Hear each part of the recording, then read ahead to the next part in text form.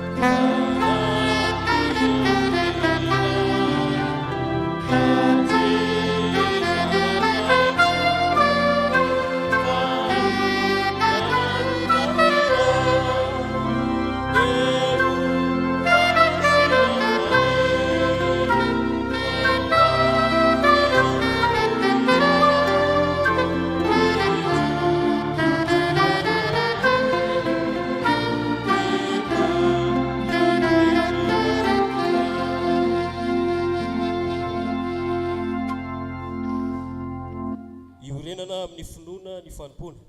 Anio Alahady faefatra manaraka ny Trinite izay iombonantsika rehetra miaraka amin'ny sampana tarona kristianina amin'ny ity Alahady anio ity. Noho izany dia izy ireo no hitarika antsika ho amin'izao fanompoana masina izao.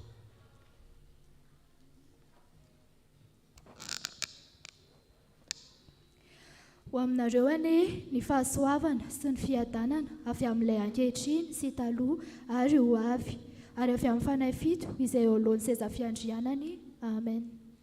Ho fiderahantsika an'Andriamanitra dia andeha ho vakiantsika miaraka ny salamo 530.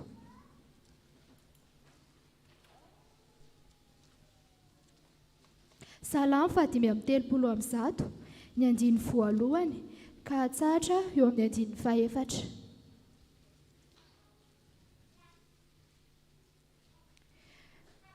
Rehefa hita dia ho vakiana amin'ny anaran'ny Tompo. Aleloia, miderana anaran'i Jehovah, mideray ianareo mpanompon'i Jehovah, ianareo izay mpitoetra ao an-tranon'i Jehovah, eo anatin'ny tranon'Andriamantsika, miderana Jehovah fa tsara izy, mankalaza ny anarany fa mahafinaritra izany, fa Jakoba no novidian'i Jehovah ho azy, any Israely ho rakitra ny soa azy. Amen. ataontsika ny raha voalahatra.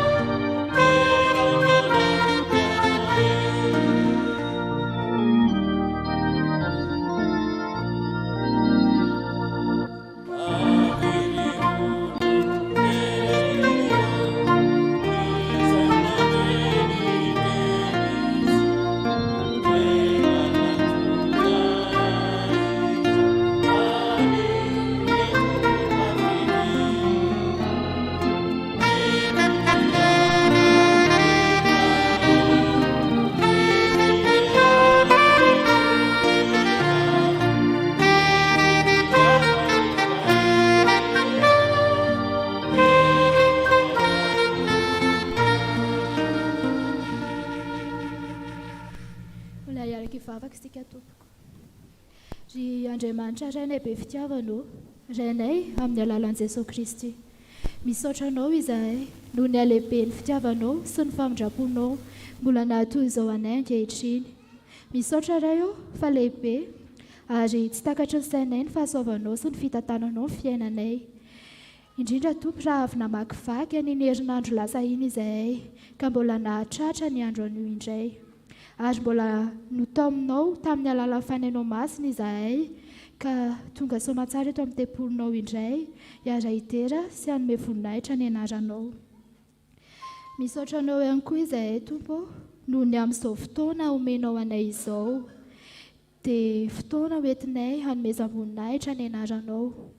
Misaotra ihany koa noho ny fotoana izay atokanay hitondrana am-bavaka ny sampana tanora kristianina manerana ny sahana efintsika ankehitriny.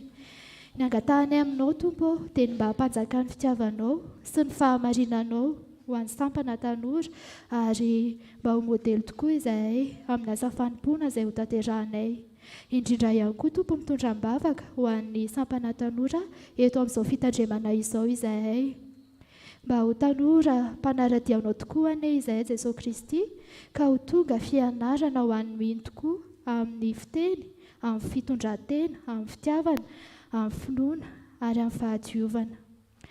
Eo ihany koa Tompo ireo sampana velona rehetra eto amin'ny fiangonana, ny sampana asa sy ny fikambanana rehetra. Apetraka fenao am-pelatananao ny mpikambana tsirairay mba ho feno ny fanahinao masina ka azoto hanatanteraka ny asa fanompoana araka ny sitraponao. Ho iray tokoa aminao anie izahay ka hambo voatsara. dia izany tompo ny vavaka sandratray aminao ankehitriny ary apetraka feno ampelantananao ny fotoam-pivavahana izay ho ataonay eto mba ho anitra akasitrahanao irery any ary isehoany voninahitrao. Dia sitrakay tompo ny anambatra izany vavaka izany amin'ilay vavaka nampianarinao manao hoe aminao izany an-danitra mamasina ny anaranao ho tonga ilay fanjakanao ataonay sitraponao ety an-tany tahaka ny any an-danitra mionany hoe ny anasaza ho anay ary amelany elokay tahaka ny amelanay izay neloka taminay ary aza mitondra anay amin'ny fakapanahy manafahana amin'ny rasy anao fanjakana sy mery ary voninahitra mandrakizay. Petraka amin'ny fiangonana.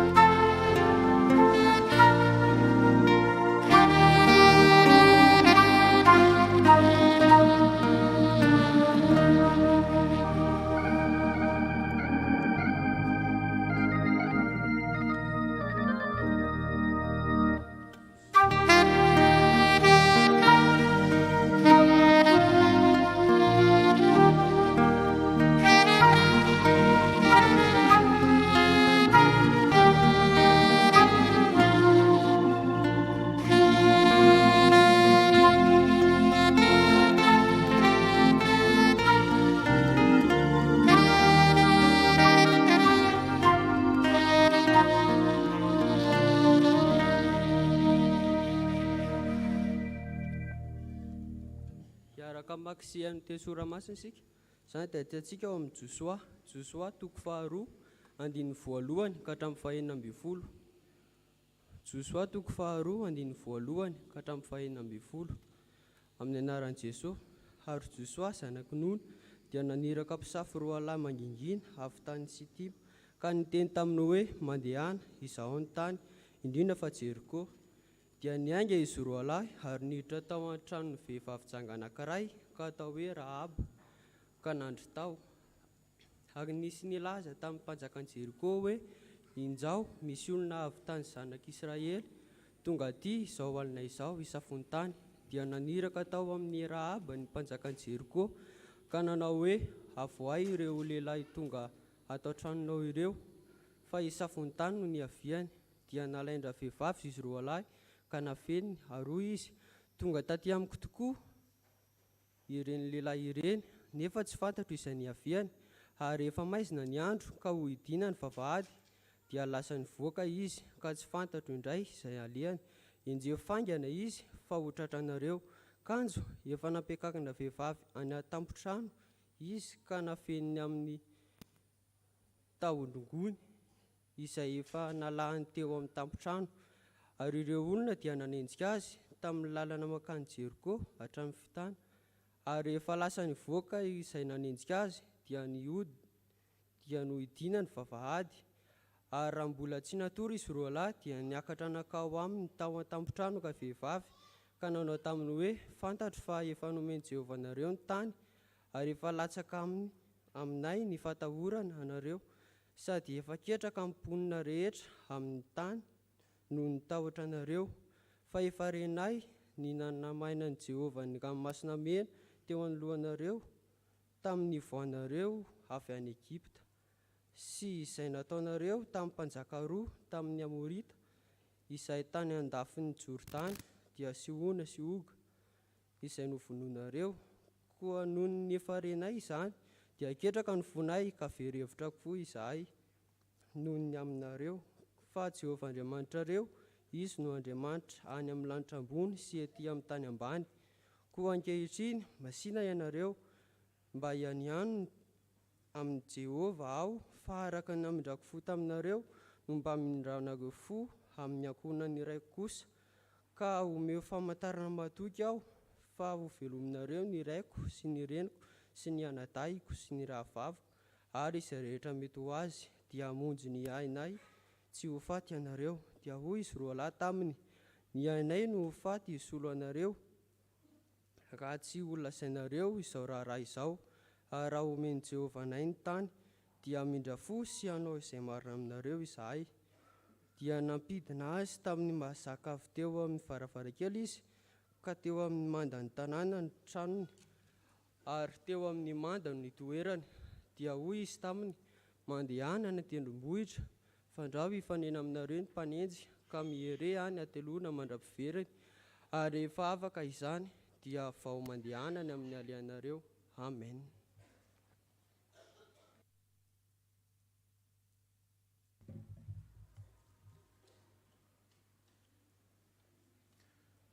Ho toizantsika amin'ny vakiteny araka izay hita ao amin'ny epistily voalohany ho an'ny Timoty. Timoty voalohany toko 4 andininy 1:12 ka hatramin'ny 4:12. Timoty voalohany toko 4 andininy 1:12 hatramin'ny 4:12. Rehefa hita izany dia izao maka azy amin'ny anaran'i Jesosy. Izany zavatra izany no andidio sy ampianaro, aoka tsy hisy olona anao tsinitsinina anao noho ny atanoranao, fa aoka ho tonga fianarana ho an'ny miny ianao amin'ny fiteny, amin'ny fitondratena, amin'ny fitiavana, amin'ny finoana, amin'ny fahadiovana. Mandra-piavoko, tandremo ny famakian-teny, ny fananarana, ny fampianarana. Aza tsy mitandrina ny fanomezam-pahasoavana izay ao anatinao, izay nomenanao tamin'ny faminaniana sy ny fametrahan-tanan'ny loha-olona. Mazotoa hevitra izany zavatra izany dia mikeleza aina fatratra amin'izany, mba hiseho amin'ny olona rehetra ny fandrosoanao. Tandremo ny tenanao sy ny fampianaranao ka mahareta amin'izany. Fa raha manao izany ianao dia hamonjy ny tenanao sy izay miaino anao. Amen.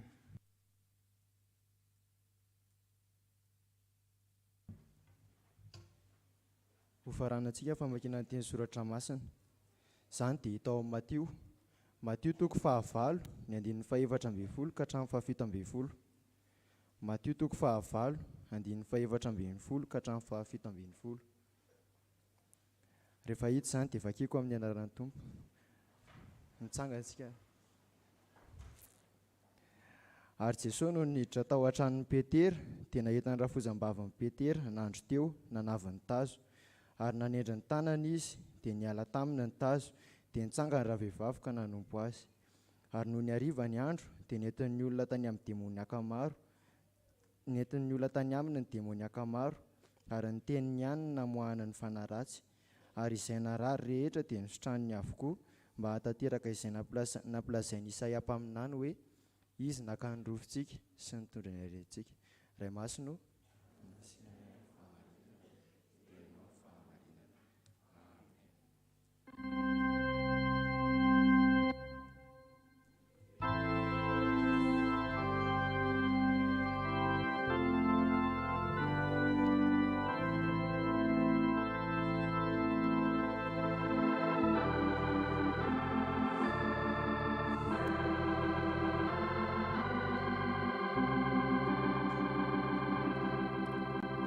Iaraka ivavaka isika. Tompo, mbola misaotra anao izahay fa nomenao anjara tamin'ny fianonan'ny teninao. Raha hotoriana aminay izany androany Tompo dia mba mangataka ny fanenao masina izay hirotsaka aminay tsirairay avy, hanokatra ny fonay ary mba hiasa tanteraka amin'ny tenanay ane izany. Eo ihany koa ny mpanomponao izay hanazava ny teny. Ianao ne Tompo nameny fanaina masina azy hanendry ny lelany ka ny tena sitraponao tokoa nge Tompo ny ambara aminay. Amin'ny anaran'i Jesosy Kristy no anaovanay izany vavaka izany. Amen.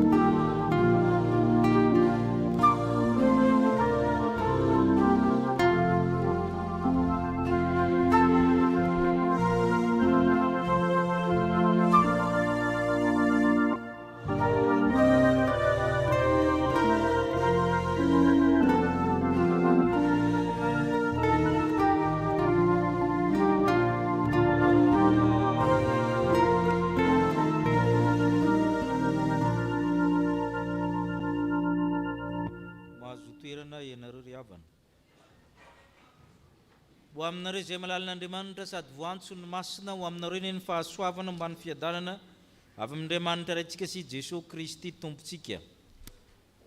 Josoa toko 2. Ny hoe Josoa dia Jehovah ny mpamonjo ny dikany. Mitovy ihany ny hoe Jesoa sy ny hoe Josoa ray amin'ny dikany, fa mba hanavanana azy amin'ny Jesosy zanak'Andriamanitra dia natao hoe Josoa le anankiray. Josoa le mpanimby an'i Mosesy, efa nahita ny zavatra maro tanatin'ny 70 taona zany nitondran'i Mosesy efa hitamy. Ny zavatra fampianaran'i Mosesy ny traikefa Mosesy efa hitamy. Izao anjarany amin'izay ny mitondra ny zanak'Israely hita amin'ny on'ny Jordana aka amin'ny tanànan'i Jeriko izay mafy indrindra. Teo zany ny tantarany manomboka. Naniraka safitany izy, hijery ny tany zany anatin'izay, spy izy ny teny anglisy, hitsikilo zany ao anatin'izay.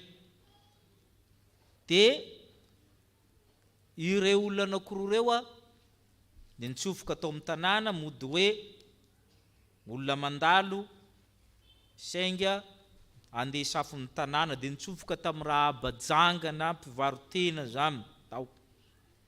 fantatra aloha zay ny fidianany manokana le hoe mpivarotena aloha ny tsofohana fa atao izy natory fa matetika zany ny mpivarotena dia mahalala ny sekren'ny zavatra rehetra ary izy anisan'ny olona matambava nefa koa anisan'ny olona tsy matambava koa fa eno ihany koa ny ataony sy ny anina raha vao mandala ho ianao dia eno koa ianao ka ireto olona ireto zany raha vao tonga tao dia eno tonga ny miaramila tonga ny iraky ny mpanjaka hoe avao tao reo olona reo fampisafotamy le vehivavy ty nanapa-kevitra nanafina ny zareo amin'ny sisiny mandana ny forteresse zany misy ny tramony mipetaka amin'io le sisiny rindrina mihitsy no sisin'le mandan'le tanàna dia nasitry ny tao tapotrano zareo ny fomba ny jiosy zany ny trano tany Palestina taloha dia misy terasy avokoa zay ny fanao ny trano any maro tampony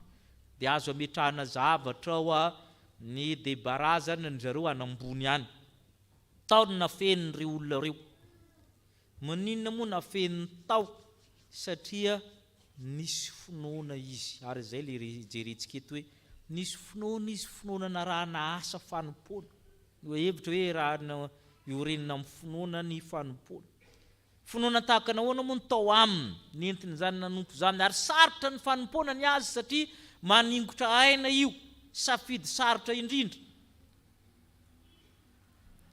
ny voalohany dia nino izy rehefa nandre namindinika ny zavatra rehetra fa Jehova irery no Andriamanitra zay zany ny finoana tamin'ny vehivavy na manahoana mitoetrany ny asany sy ny takan'izay dia nino izy rehefa namindinika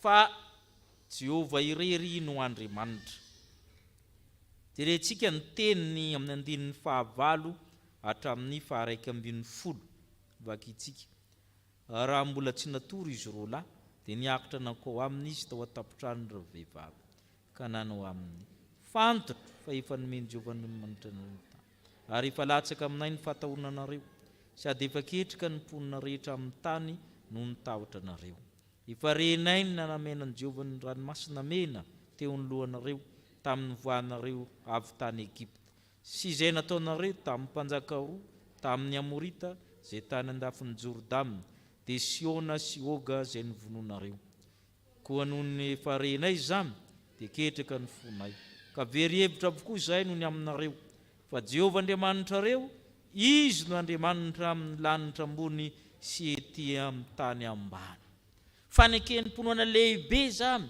Jehova Andriamanitrareo izy no Andriamanitra amin'ny lanitra ambony sy ety ambony tany ny faharenesina zay mamarina amin'ny tenin'ny Paoly hoe ny finoana dia avy amin'ny zavatra henona ary ny zavatra henona dia avy amin'ny tenin'ny Kristy rehefa nandre izy dia namindinika nandre fantatro fa nomeny Jehova Andriamanitra nareo ny tamy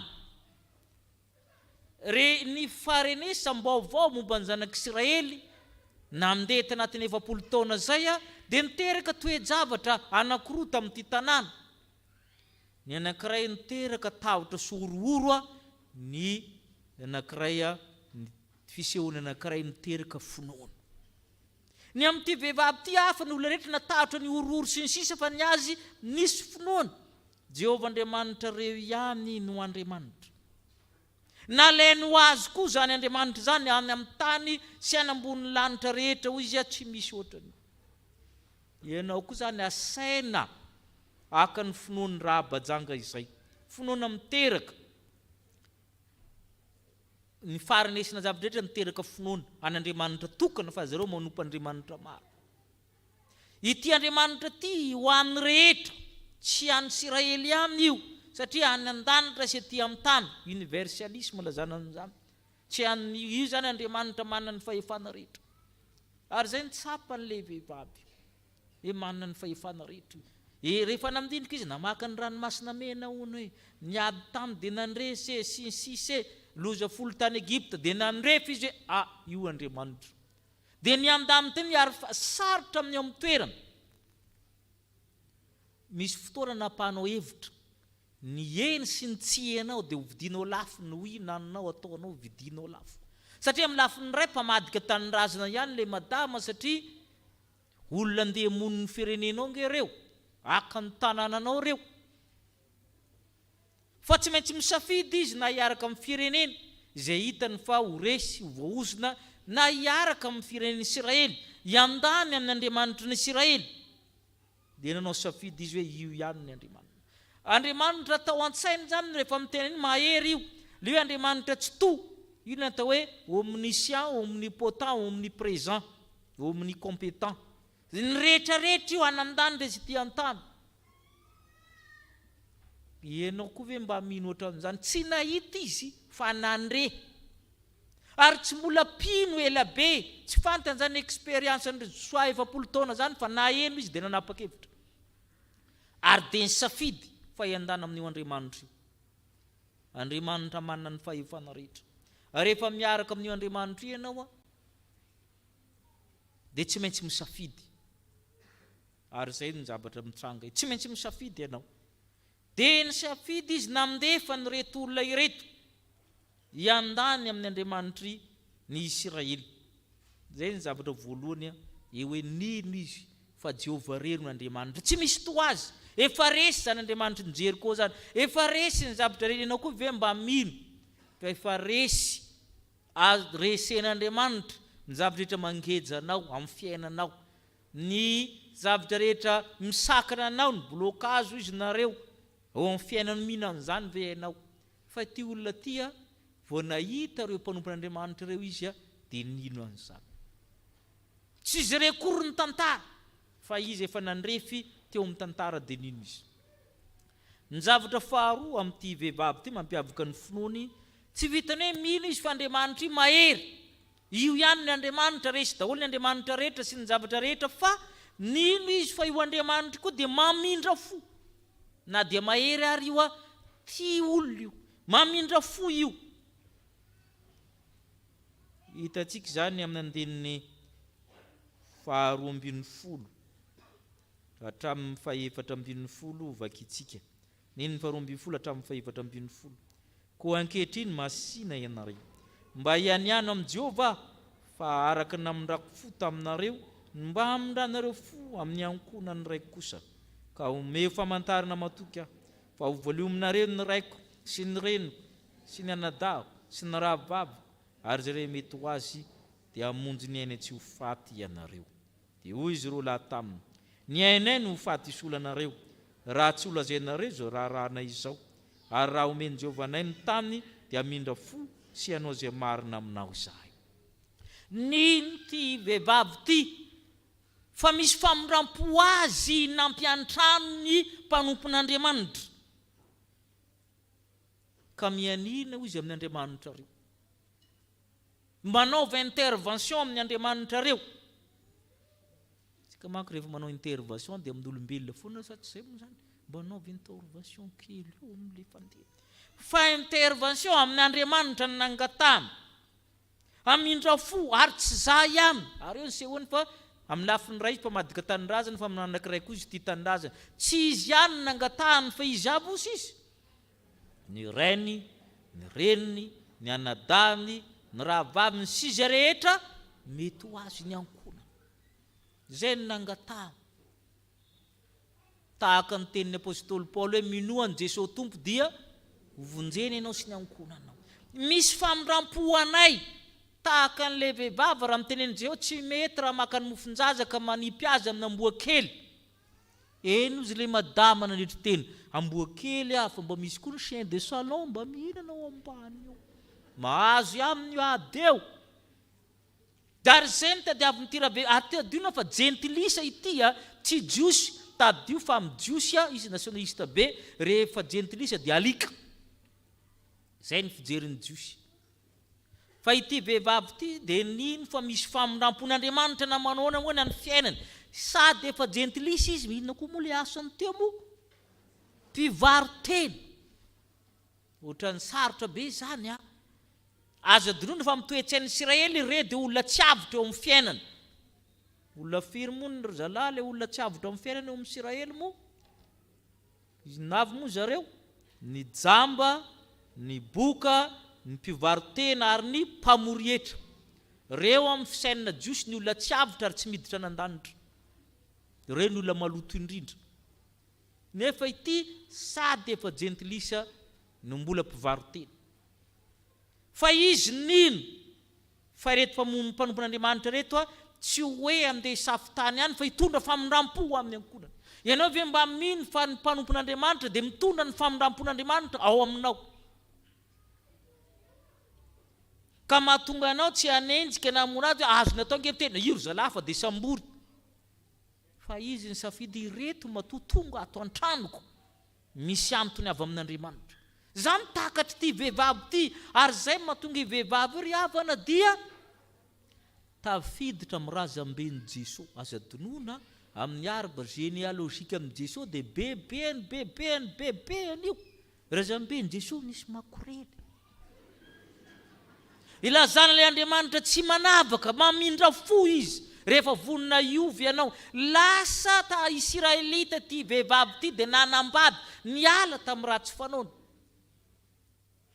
Dia lasa razamben'i Jesosy. Jereo ny généalogie-ny Jesosy amin'ny Matio sy amin'ny Lioka amin'ny fiandohana eo fa ao ianarana rahabajangy.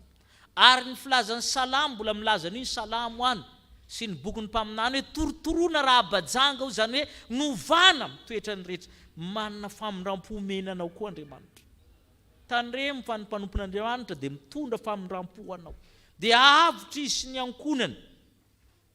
Ary ny olona rehetra nino ny tenin'ny mpanompon'Andriamanitra dia avitra avokoa. Tsy ahivitsika ny tantaran'ny Noa. Ny olona rehetra nomeko le tiako raha tsinona ko anao sambo etsy betongolo. Ohatry zay le fandehany. Raha zay menakabo zao mitetika sambo eo dia mezany ireo. Dia inona koa ny atao efa tapy mihitsy le pastera. Fa inona ny tranga? Noa sy ny ankonany valo mianaka aminy ho avitra. Ilota tsarotsika ny anarany tamin'ny sekoly alahady tany Sodoma sy Gomora. Izy rery ny sisa marina tao. Mbo misy marina 50 ve ao izy Abraham. Tsy mandringana raha misy 50 Andriamanitra. Zay le mpanompon'Andriamanitra mivavaka ho anao zay. Mangataka famindrampo. Ary raha mbo misy 20 izy Abraham. Amin'ny rakifora misy 20. Okaloha izy Abraham. Ohatrany mbo tsisy 10 ary. Raha mbola 10 tsy mandringana. Dia izy Abraham. Ny ary fa aloha ialanena ihany fa namindra 10 ary. Raha misy 10 kanto tsisy 10 akory tao. Fa na zany ary namindra fo Andriamanitra. Ilota 4 mianaka. Fa ny anankiray moa naniriny. Nierika dia 3 mianaka. Zay hoe misy famindrampo anao. Nampivoan'ny faharatsiana rehetra ary ny fiainanao. Misy famindrampo anao ao amin'Andriamanitra. Tadiavo le anjaranao ao amin'Andriamanitra. Atery ny mpanompon'Andriamanitra eo amin'ny ny anjaranao ao amin'Andriamanitra.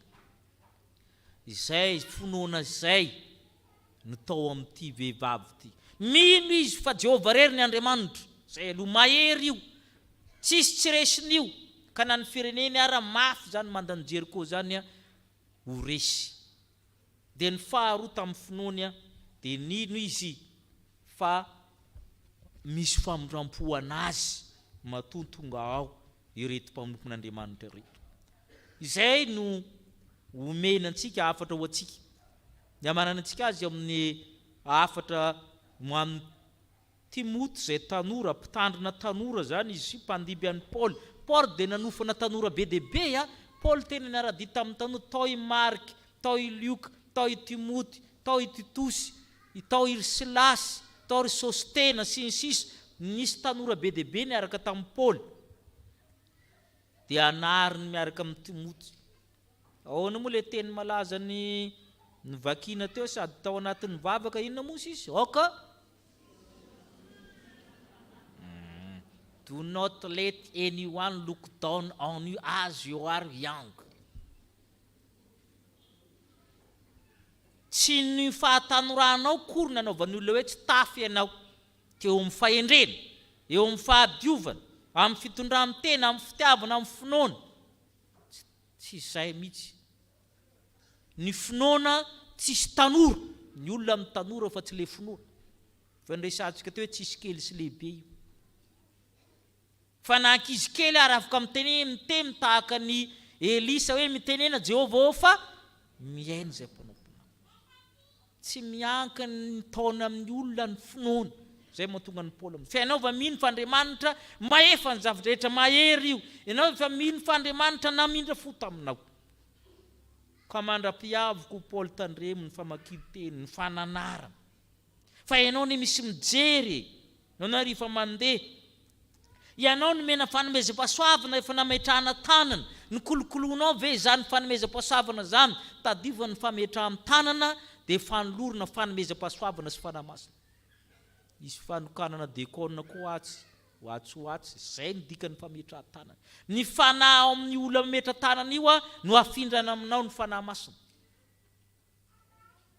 Ary zany mamarina ihany ny olona sasany mifidifidy olona mipetrahana tanana amin'ny lohany satria zay ny lazainy soratra masina, ny fanahy amin'ny olona mifindra aminao.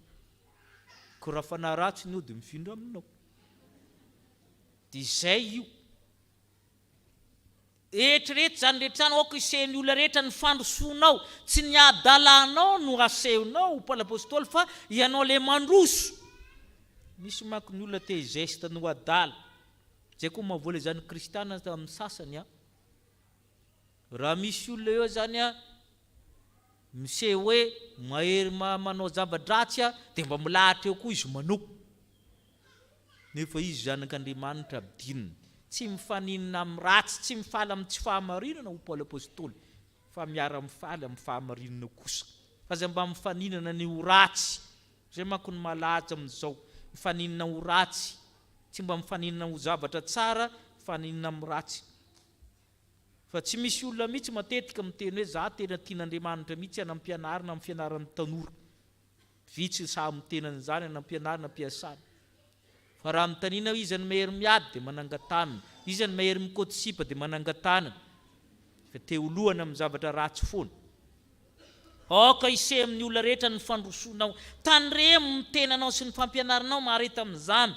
Fa raha manao izany ianao mamonjy ny tenanao sy izay miainao aminao. Ianao misy makatahaka ianao amin'ny mahazanak'Andriamanitra anao. Ka raha ianao zany tsy mahay mitondra tena tsara, misy olona koa very manaradia anao. Izy mba mieritreritra ianao mba ho alamina, ianao mba alaina tahaka. Dia izay mahatonga azy hoe tabidio fa raha vao very ianao dia misy olona very koa akaikinao satria ianao nisy nakatahaka. Meteza koa tahaka an'ilay vehivavy Samaritamina, zay vehivavy tsy normal koa, fa rehefa niona tamin'i Jesosy izy dia mitory tamin'ny olona ao tanànany.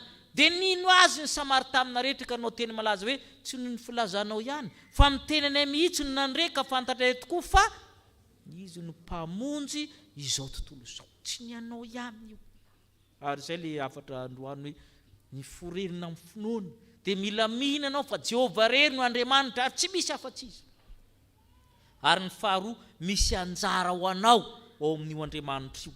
Raiso ny anjaranao ka manompoana Andriamanitra. Amen.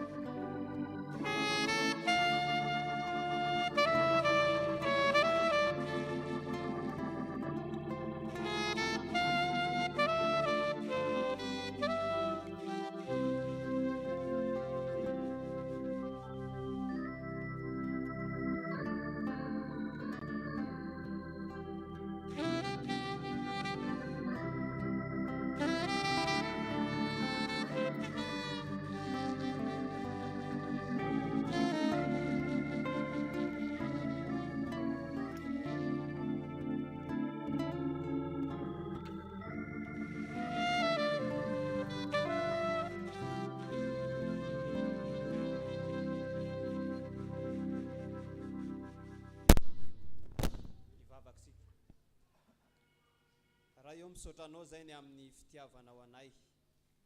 Mbola nasehonao aminay mandrakariva ny sitraponao ary misotra ny amin'ny mpanomponao izay nampitondranao izany sitraponao izany. Ankehitriny Tompo dia mahatsiaro izay fa tsy mendrika eo anatrehan'izany sitraponao izany satria izay tianay ihany no nataonay, tsy nandeha araky ny didinao masina izay. Ko ankehitriny Tompo mamindrafo mamelany elokay dia ovy amin'ny rahan'i Jesosy Kristy zanakao izay mba ho vita fihavanana aminao Andriamanitra ray. Ankehitriny ary devonina izay ny anaraka ny sitraponao, koa mangataka ny fananao masina izay hiasa ty anatinay, an'olotsaina hitary-dalana ny amin'izay rehetra ataonay sy tanterahanay. Dia ampitombo ihany koa ny finoana ianao Andriamanitra, fa tsy misy Andriamanitra ambony noho ianao, fa ianao le Andriamanitra mahery, Andriamanitra fitiavana, Andriamanitra mamindra fo ka mitantana ny fiainanay mandrakariva.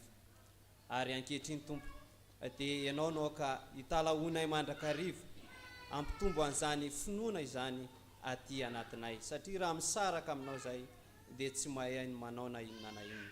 Ko amin'ny anaranao Jesosy nanaovanay izany vavaka izany. Amen.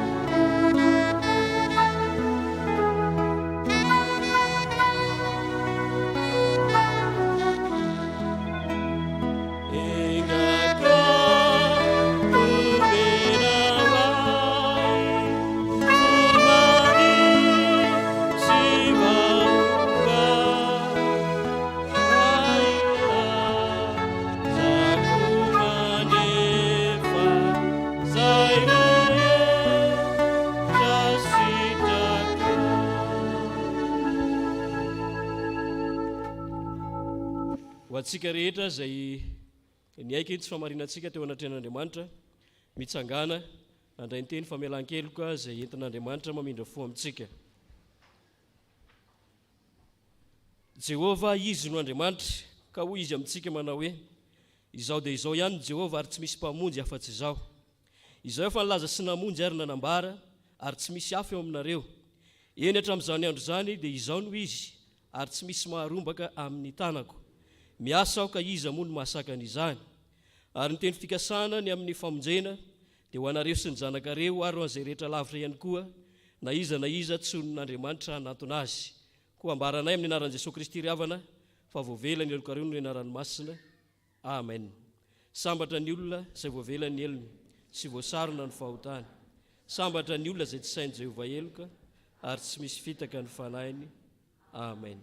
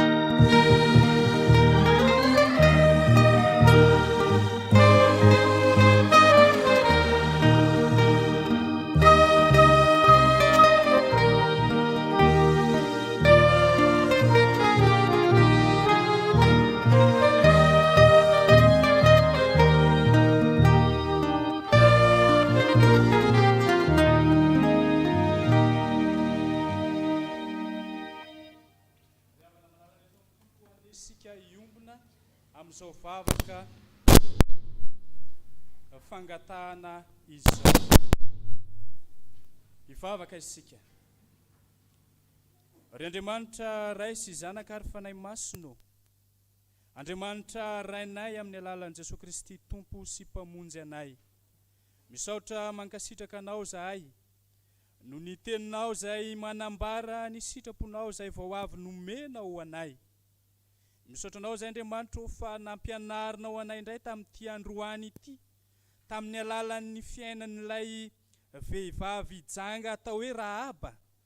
Ny amin'ny finonanao Andriamanitra, ny amin'ny finonanao Jehova Tomponay, ary indrindra ny amin'ny fanekepona lehibe fa ianao irery ihany no Andriamanitra, ianao no tompon'ny tompo, ianao no mpanjakan'ny mpanjaka, ianao no mamindra fo ary Andriamanitra mahery ianao. Misaotra anao ihany koa izay Andriamanitra, fanasehonao tao anatin'izany fa manana ny fahasoavana izay tianao menao anay tokoa ianao ary dia manana anjara ao aminao zahay. Misaotra anao zay Tompo fa tena be fitiavana tokoa ianao. Ary tsy izany fotsiny ihany fa asehonao eo amin'ny fiainanay izany fitiavanao izany. Makasitraka indrindra ny amin'izany rehetra izany. Fa rehefa avy nandre izany teninao sy ny sitraponao izany tokoa izahay, dia indreto izay Andriamanitra manavao izany finona izany, ary manamafy ny fanekepinona ihany koa fa ianao irery ihany no Andriamanitray. Ianao irery ihany no tomponay, ary ianao no mpanjakanay. Koa dia misaotra indrindra. Koa dia apetraka fenao am-pelatananao ary ny fiainanay. Ao anatin'ny fiainanay izany finona izany, dia mitary amin'ny alalan'ny fanahy masina Tompo, mba azonay mandeha araka ny sitraponao mandrakariva, ka dia hisitraka ny fahasoavana ao aminao zahay, mba handray ny anjaranay ao aminao tokoa zahay. Dia mametraka ny fiainan'ny tsirairay avy eo am-pelatananao ary izay Andriamanitra. Ianao no homba anay, ianao no ampiorina anay, ianao no hitarika anay mandrakariva. Ny fiainana rehetra Andriamanitra dia fantatrao tsisy miafina aminao. Ny fikasana rehetra ty anatinay tsirairay avy izay tonga eto, akinina sy apetraka eo am-pelatananao izany. Ianao no angatanay mba hatanteraka aza rehetra sitraponao eo amin'ny fiainanay. Fa izay tsirairay avy reto dia samy manana izay matery anay, manana izay mety mampahory anay, manana izay mety mampanay anay. Fantatrao tsisy miafina aminao izany Andriamanitra. Angatanay ianao hiasa manan-kery, ary anatanteraka izay sitraponao eo amin'ny fiainanay. Ianao Andriamanitra ihany koa no ametrahanay ny fiainan'ny sampana tanora kristianina, izay entina mbavaka amin'izao alahady izao.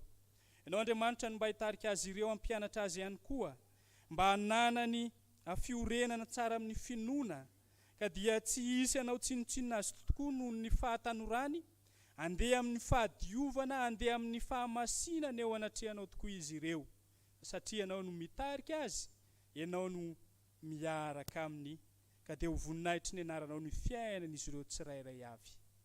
Izay rehetra tonga eto, na ny ana-tokantrano, na aiza misy azy ireo Tompo mahatsiaro ny amin'izao fanompoam-pivavahana izao, dia samy ho feno ny fahasoavanao, samy ho feno ny fitahinao, samy ho feno ny fahanambinanao. Fa Andriamanitra ny akaiky, Andriamanitra ny lavitra ianao, Andriamanitra mahay ny zavatra rehetra, tsy tampitrotra tokoa fa Andriamanitra lehibe ianao. Ka raha miasa ianao dia tsy misy mahasakana. Ko tanterao Tompo izay rehetra sitraponao eo amin'ny fiainan'ny mpanomponao. Dia izany no entaentanay entina eto anatrehanao, ataonay amin'ny anaran'i Jesosy Kristy Tompo sy mpamonjy anay. Amen.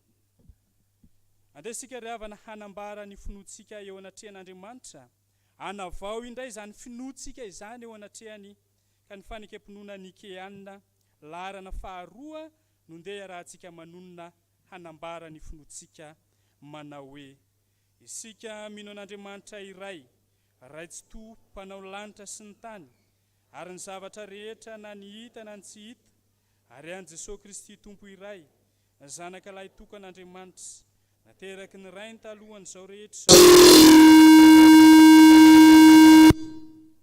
ny mazava avy amin'ny mazava, Andriamanitra tokoa avy amin'Andriamanitra, nateraka fa tsy natao, miray amin'ny zavatra rehetra, izy no nahariana izao tontolo izao, noho ny amintsika olombelona sady ho famonjenantsika, dia nidina avy tany an-danitra izy, ary nataony fanahy masina nofo avy tamin'ny Maria Virjina, dia tonga olona izy.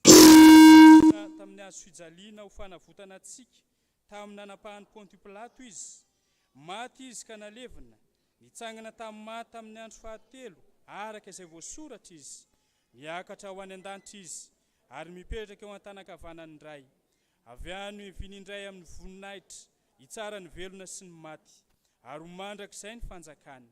Isika mino ny fanahy masina, tompo sady mpanome aina, izay avy amin'ny ray sy ny zanaka, ka hitsoahana sy ankalazana miaraka amin'ny ray sy ny zanaka. Izy dia niteny tamin'ny vavan'ny mpaminany, isika mino ny fiangonana iray, masina, miorina amin'ny fanambaran'ny apôstôly, ary manerana izao tontolo izao. Isika manaiky ny batisa iray ho famelan-keloka, sady manantena ny fitsanganan'ny maty, ary ny fiainana mandrakizay. Amen. Mipetraka ny fiangonana. Misy ireo avantsika manolotra ny zanany ao amin'ny sakramentan'ny batisa, handray ny fanahy masina ka hiaraka amin'ny zanandriamanitra lehibe izay mitondra itsika izany. Ny rafavala efapolo amby roanjato nandeha ny voalohany sy ny faharoa no raintsika dia hiatrika amin'ny alitara masina izy ireo.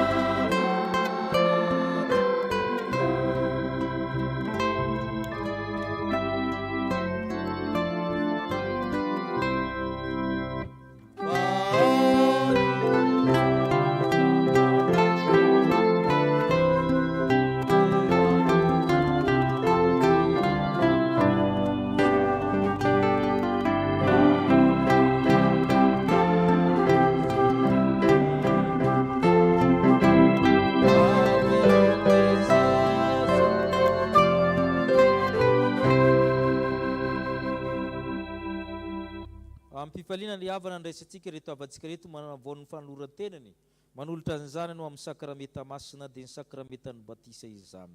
Hoe nitsika ny teny fanorenana izao sakramenta masina izao. Hoy ny Tompo, efa nomena ahy ny fahefana rehetra nandanitra sy aty an-tany, ko mandehana ianareo dia atao mpianatra ny firenena rehetra, manao batisa azy ho amin'ny anaran'ny Ray sy ny Zanaka ary ny fanahy masina, sady mampianatra azy tandrina izay rehetra nandiko anareo. Ary indro izany momba anareo mandrakariva mara-pahatonga ny fahatamperan'izao tontolo izao. Ary ahoriko ny fanekeko amiko saminao ny Tompo, mba amin'ny tanàna mandimby anao, mba ho fanekena mandrakizay, mba ho Andriamanitra sy ny tanànako mandimby anao ary anoko sy dia ho zanako. Fa ianareo rehetra dia zanak'Andriamanitra amin'ny finoanan'i Kristy Jesosy. Fa na izy nanao ny tabatisa ho an'i Kristy dia mitafy an'i Kristy. Tsy misy tsony na jiosy na grika na andevo na tsy andevo na lahy na vavy, fa iray aminy ianareo ao amin'ny Kristy Jesosy. Amen. Misy fanekena araka izany novalianareo araka ny sitraky ny fonareo. Ianareo ve manolotra ity zazy ity ho Andriamanitra raintsika? Ekenareo va nijoro na amin'ny teny na amin'ny asa ho mpanompon'Andriamanitra mahatoka tonga anareo fianarana ho an'io zazy io amin'ny androm-piainareo rehetra? Ekenareo va natanterahany fiangonana amin'ny zazy io ny fitezana rehetra araka ny filazantsara tokony atao aminy, hitomboana amin'ny fahalalana izao fahasoavana lehibe izao. Anaiky an'i Jesosy Tompo izy azo hery izy ka handany asan'ny Satana rehetra.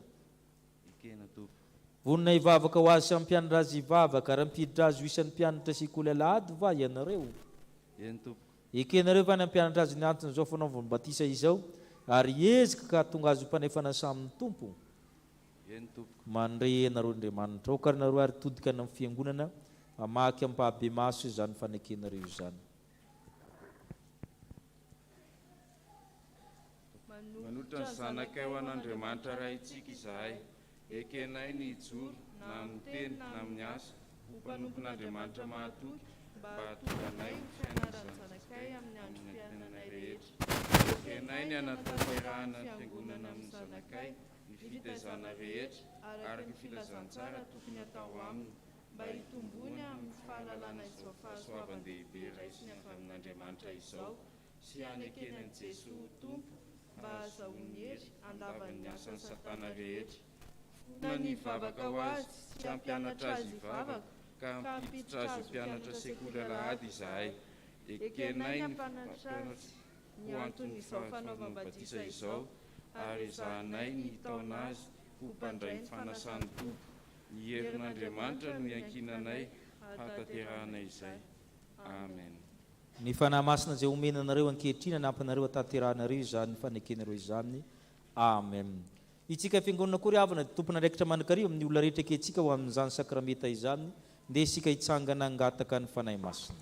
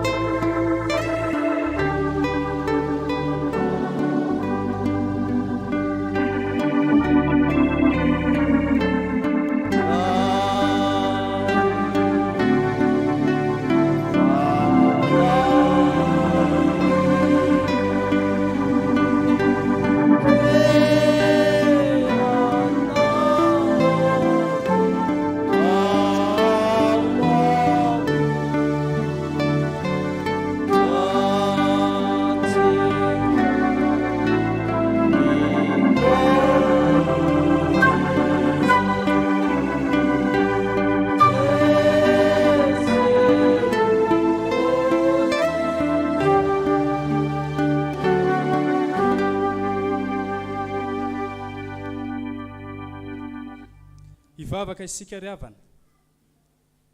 Ry Andriamanitra raitsy toa, tia dia tianay tokoa ianao. Ary ny fitiavanao dia mialoha mandrakariva ny fitiavanay ianao. Tsaronay izao ny didin' Jesosy Kristy Tomponay sy ny teny fampanantenana izay nomeny tamin'ny nanorenan'ny sakramentan'ny batisa. Koa mitalao aminao zahay ray io, manatre anay. Aoka ny fanahinao masina hanome hery ny asa tanteranay eto ampanaovana izao batisa izao. Rano mamelombelona ny zavaboary ity ary manasa ny loton'ny nofo mba ho famantarana ny fanadiovana anay ho amin'ny fiainana vao amin'ny Kristy ane izao. Ity zaza atao batisa ty ane ho voaray mandrakizay ao amin'ny fanekenao. Ampitafio ny zanakao izy ary ampiray endrika aminy noho ny asan'ny fanahinao masina izay mitarika azy isan'andro san'andro ho amin'ny voninahitra mandrakizay. Faly misaotranao ihany koa izay ry tombo Andriamanitra io fa tanteraka ny faniriany reto ray aman-dreny reto miombonaina ao amin'ny Jesosy Kristy ny zanany ka isan'ny vahoaka ny fanjakan'Andriamanitra. Ny angatanay fiangonana dia nitahirizanao azy, hitahirizanao izao zaza izao eo ambanin'ny fahasoavanao ka mba hampaharitra azy hatramin'ny farany amin'ny fivavahana aminao. Apio ny ray aman-dreny sy ny mpiantoka mba azony manatanteraka ny fanekena izay nataony teo anatrehanao. Ombany fahasoavanao ane ny ezaka rehetra ataon'ny fianakaviana, ny ezaka rehetra ataon'ny ray aman-dreny ary indrindra ny ezaka ataon'ny fiangonana amin'ny fitezahana ity zaza ity. Angatainay amin'ny anaran'i Jesosy Kristy izany vavaka izany. Amen. Ipetraka ny fiangonana. Razafy mahatratra no tahian-tso fandresena. Razafy mahatratra no tahian-tso fandresena.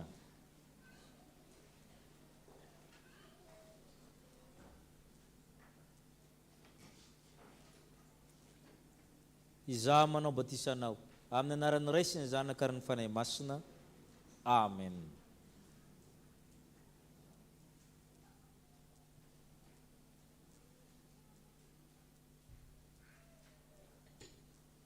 ho ny tompo anaka azo matahotra efa nanavitra anao efa niantso nanarahnao ianao enta izao za zao ka tezao tsara fa efa nandray ny fanamasina izay teza azy miaraka aminareo mandehanaka mitombo amin'ny fahatsarana rehetra nira fa raiky amin'ny fitopolo amin'ny efajato nanaovantsika ny fisorana.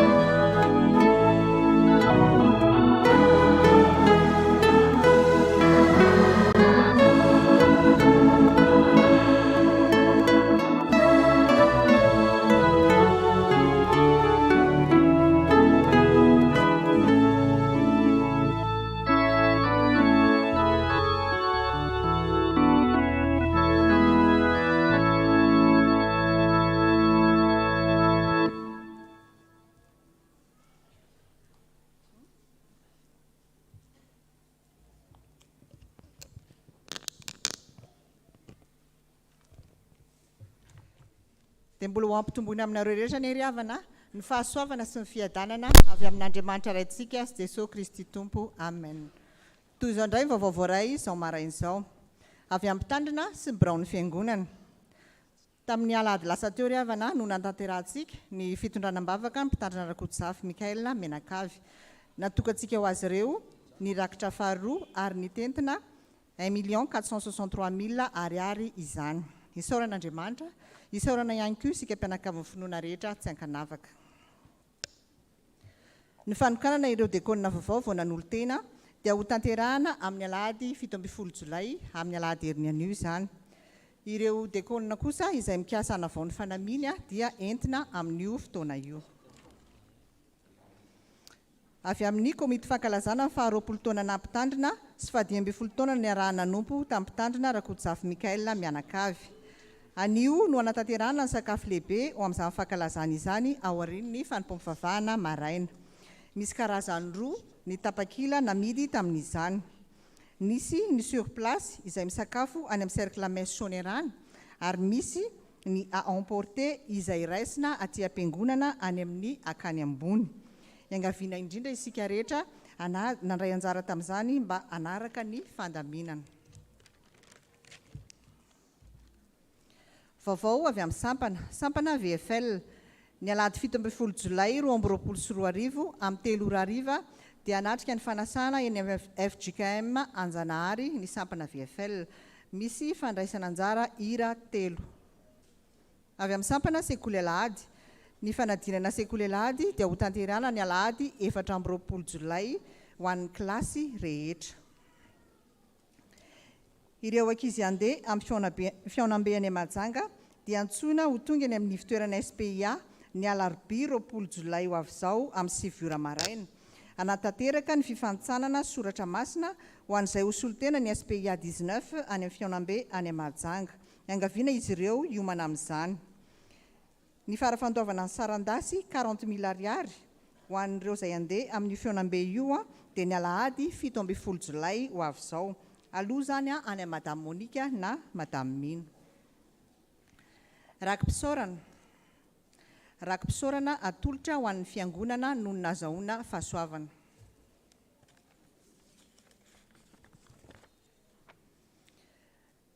Na dia ny ony maro aza tsy mahavony ny afon'ny fitiavana ary ny rendrano tsy mahapoaka azy. Tonkiran'ny Solomona 9:7 fahafito tapany A. Noho ny 15 taona ny mariazinay anio 10 Jolay dia manolotra rakim-pisaorana ho an'ny mpitandrina 3 mirahalahy sy ny sampana sekoly alahady. Ho an'Andriamanitra irery ny voninahitra mangataka ny hira FFPM faha 20.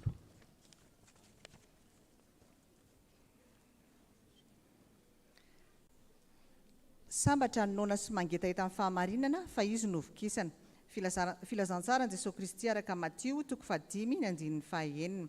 Rakim-pisaorana tonono ho fandraisana anjara amin'ny tafon'ny tranon'ny mpitandrina Rakotsafy Mikaela mianakavy. Exodosy 5:20 ary samy nanantona izy dia izay rehetra nampasotony ny fony ary izay rehetra namporisiny ny fanahiny ka nitondra fanatitra ho an'i Jehova hanaovana ny tranolay fionana sy ny fanompoana rehetra momba azy ary ny fitafiana masina. Rakim-pisaorana noho ny fahasoavana ny raisina avy tamin'ny tompo atolotra anjara biriky ho amin'ny fankalazana ny jobily faha 20 taona sy 15 taona. Dia toy izay indray ny vaovao iray ry havana ny voninahitra ho an'Andriamanitra irery ihany.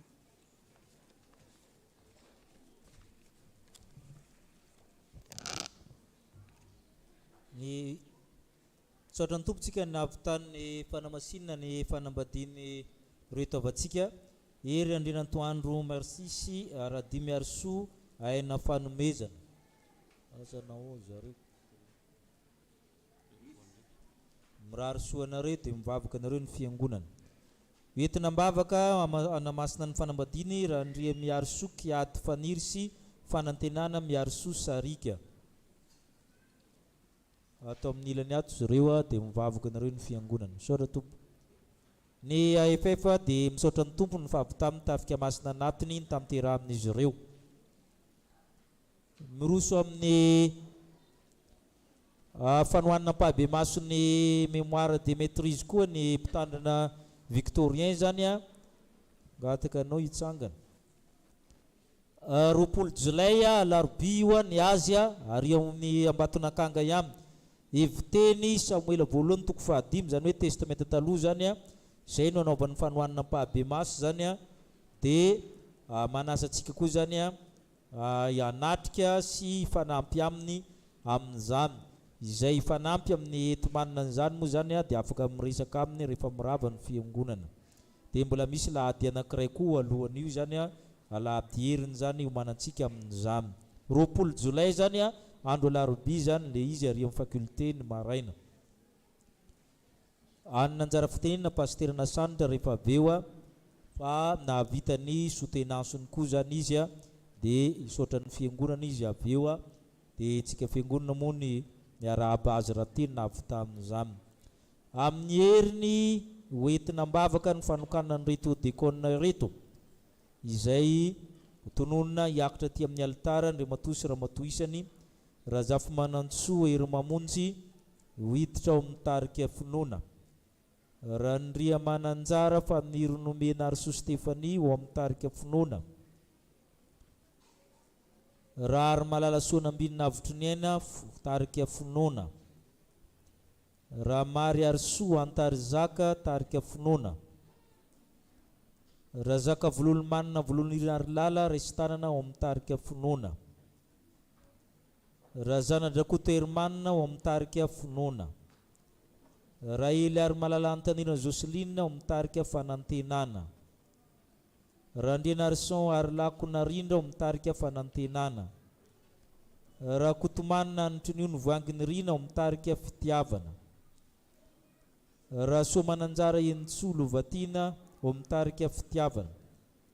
Raha vololo mavoso bakolony rina ao amin'ny tarika fitiavana izay mbola entina mbavaka mbola napiny tsy fahasalamana.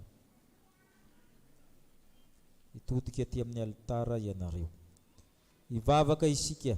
Ry Tompo Andriamanitra renay io nreto ny vokatra ao aminao, andray nositra masina mahadekonina izy ireo. Ny fanahy masina izay omenao azy ihany no hanomana azy ho amin'izany, izy sy ny ankonana ara-batana ara-tsaina ara-panahy. Ka tsy handalo foana izany fotoana izany fa fotoan-dehibe aminay fiangonana, ary namarika ny fahasoavana miditra ao amin'ny tokantrano fa mamindra fo aminao izy ireo satria Andriamanitra lehibe izay tompony ianao. Ny fanomanana rehetra dia apetraka ambanin'ny fahasoavanao. Izany no angatana amin'anaran'i Kristy lehibe sy manjaka miaraka aminao amin'ny fanahy masina amin'ny taona rehetra mandrakizay. Amen. Mahazo toerana ianareo, misaotra Tompo. Mangataka ny ankonan'ny pasitera Nasanitra zany hiakatra tian'oloha.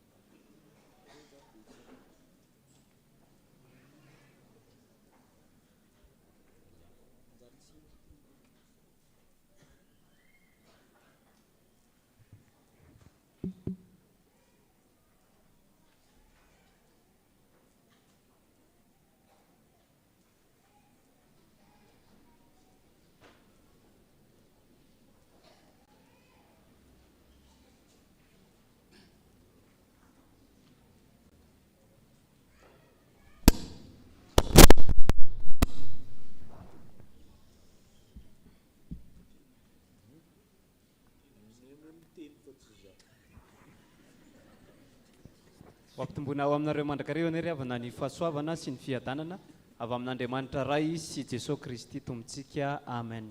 Voalohany dia fisaorana an'Andriamanitra Ray Jesosy Kristy izay nitantana sy nombanay nandritra izay 5 taona izay nomanana teo anivo ny toeram-panomanana mpitandrina izay.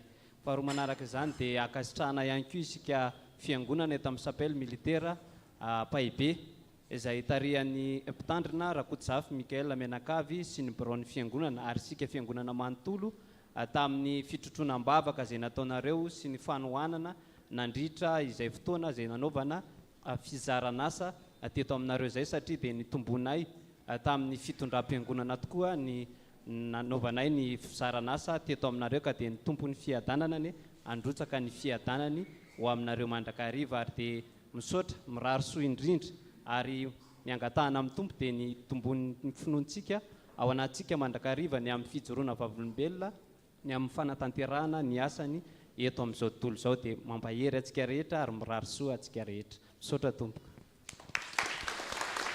Izy dia nanao fikarohana momba ny famosaviana ny mpamosavy. Raha te hanitra momba an'izany ianao dia manantona azy fa lalina be le fikarohana. Fotoana anankiroa zany mbola miandry antsika ny ray sotenansin'ny pasitera Tora zany amin'ny 20 Jolay dia ny alahady farany Jolay nantsahamanitra ny famoahana azy mirahalahy amin'izay zany tsika vao miarahaba azy ireo. Saora tompoko mazoto asitsika tekana zany ary fa mention très bien, mention bien.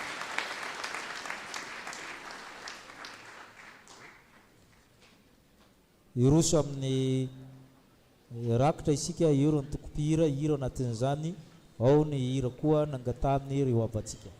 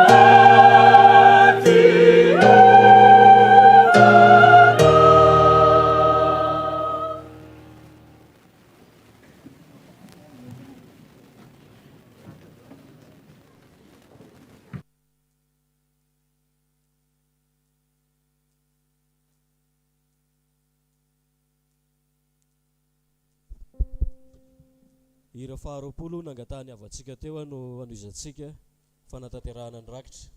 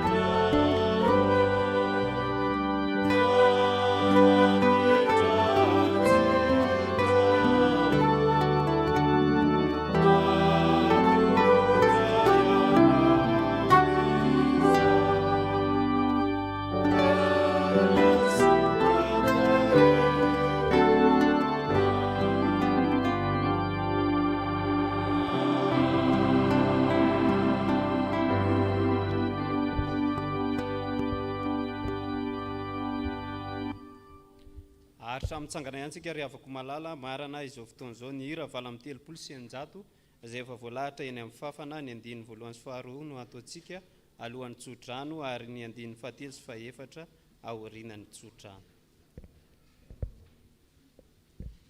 Yeah.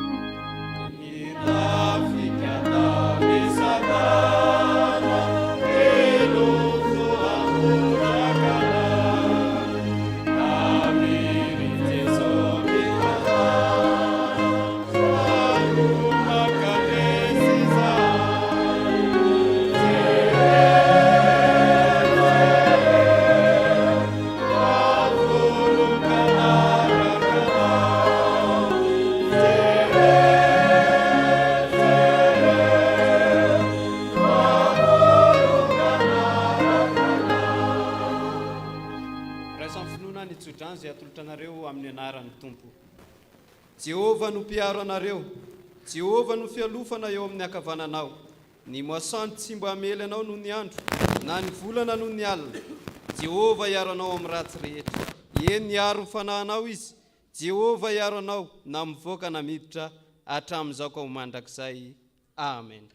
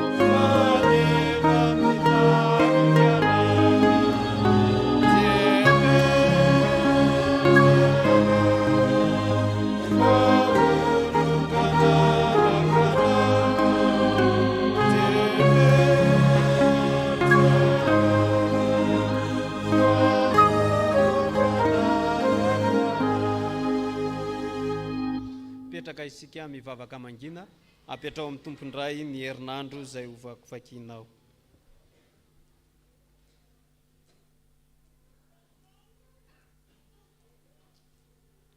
Ho an'Andriamanitra rery ny voninahitra, roantsika kosa ny fiadanana amin'ny anaran'ny Ray sy ny Zanaka ary ny fanahy masina.